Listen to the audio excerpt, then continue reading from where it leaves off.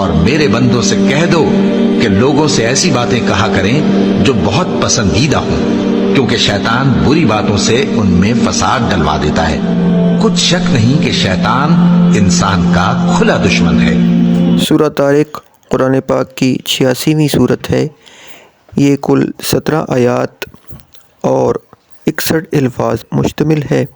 سورہ طارق کا مضمون مکہ معظمہ کی ابتدائی صورتوں سے ملتا جلتا ہے، مگر یہ اس زمانے میں نازل شدہ ہے جب کفار مکہ قرآن اور محمد صلی اللہ علیہ وآلہ وسلم کی دعوت کو زک دینے کے لیے ہر طرح کی چالیں چل رہے تھے۔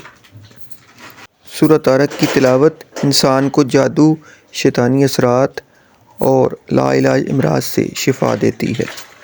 اعوذ باللہ من الشیطان الرجیم، بسم اللہ الرحمن الرحیم، والسماء والطارق۔ شروع اللہ کے نام سے جو بڑا مہربان نہایت رحم والا ہے۔ آسمان اور رات کے وقت آنے والے کی قسم۔ وما ادراک ما الطارق۔ اور تم کو کیا معلوم کہ رات کے وقت آنے والا کیا ہے؟ النجم الثاقب۔ وہ تارا ہے چمکنے والا۔ ان کل نفس لما علیہا حافظ۔ کہ کوئی متنفس نہیں جس پر نگہبان مقرر نہیں۔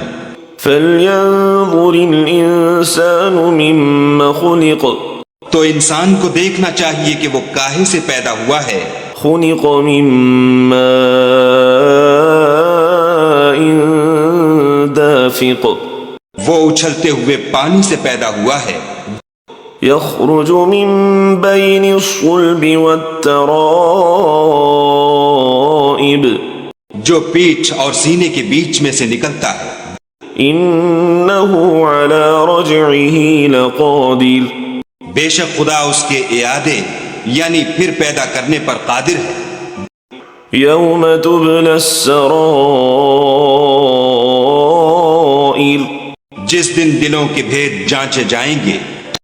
فما له من قوت ولا ناصر۔ تو انسان کی کچھ پیش نہ چل سکے گی اور نہ کوئی اس کا مددگار ہوگا۔ والسماء ذات الرجع۔